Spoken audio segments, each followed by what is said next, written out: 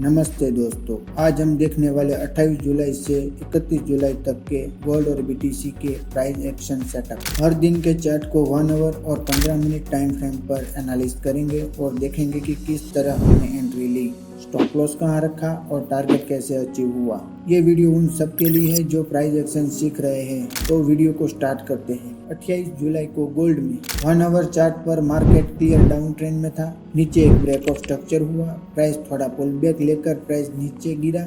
इस दौरान lower side की लिक्विडिटी स्वीप हुई और एक 1 आवर की डोजी कैंडल बनाई। अब 15 मिनट में देखते हैं तो 15 मिनट चार्ट पर लिक्विडिटी स्वीप के बाद एक हैमर कैंडल जो बुलिश पैटर्न होता है। इस हैमर कैंडल के बेसिस पर हमने बाय एंट्री कंसीडर की। स्टॉप लॉस हैमर के नीचे और टारगेट 1:2 रखा। ये रिस्की ट्रेड था क्योंकि higher time frame down trend में था, लेकिन टारगेट हिट हुआ। इसी दिन गोल्ड में दूसरा सेटअप 15 मिनट में प्राइस एक जोन में कंसोलिडेशन कर रहा था और बायर्स और सेलर्स को इन्वाइट कर रहा था। कुछ देर बाद प्राइस ऊपर गया, सेलर्स की लिक्विडिटी स्वीप हुई और एक अपर वीक वाली रेड कैंडल बनी। यहाँ से हमने सेल एंट्री ली, स्टॉप लॉस कैंडल के ऊपर रखा और 1:2 टारगेट सेट किया। टारगेट इजीली अचीव हुआ। 29 जुलाई बीटीसी में 1 आवर चार्ट पर मार्केट डाउन ट्रेंड में था। 15 मिनट चार्ट पर हमने नीचे की तरफ ब्रेक ऑफ स्ट्रक्चर देखा, जिसके बाद एक रेजिस्टेंस जोन बना। प्राइस धीरे धीरे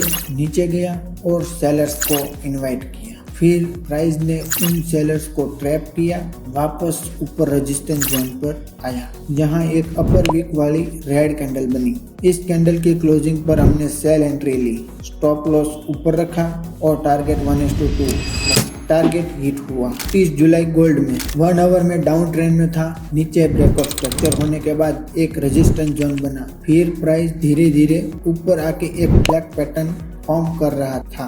15 मिनट में फ्लैग पैटर्न कंटिन्यू हुई और 15 मिनट में फ्लैग पैटर्न का ब्रेकडाउन हुआ एक बड़ी रेड कैंडल से। यहाँ से हमने सेल एंट्री ली, स्टॉप लॉस ऊपर रखा, 1:2 टारगेट सेट किया, टारगेट हिट हुआ।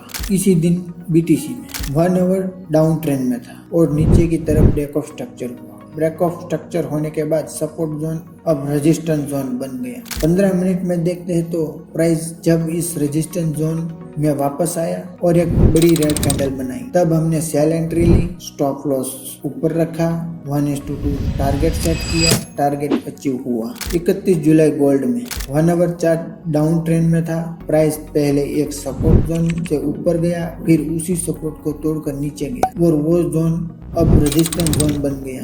15 मिनट में देखते हैं, 15 मिनट चार्ट में प्राइस जब रेजिस्टेंस जोन पर आया तब एक बड़ी रेड कैंडल बनी। इस कैंडल की क्लोजिंग पर सेल एंट्री ली, स्टॉप लॉस ऊपर रखा, 1:2 टारगेट सेट किया, टारगेट हिट हुआ।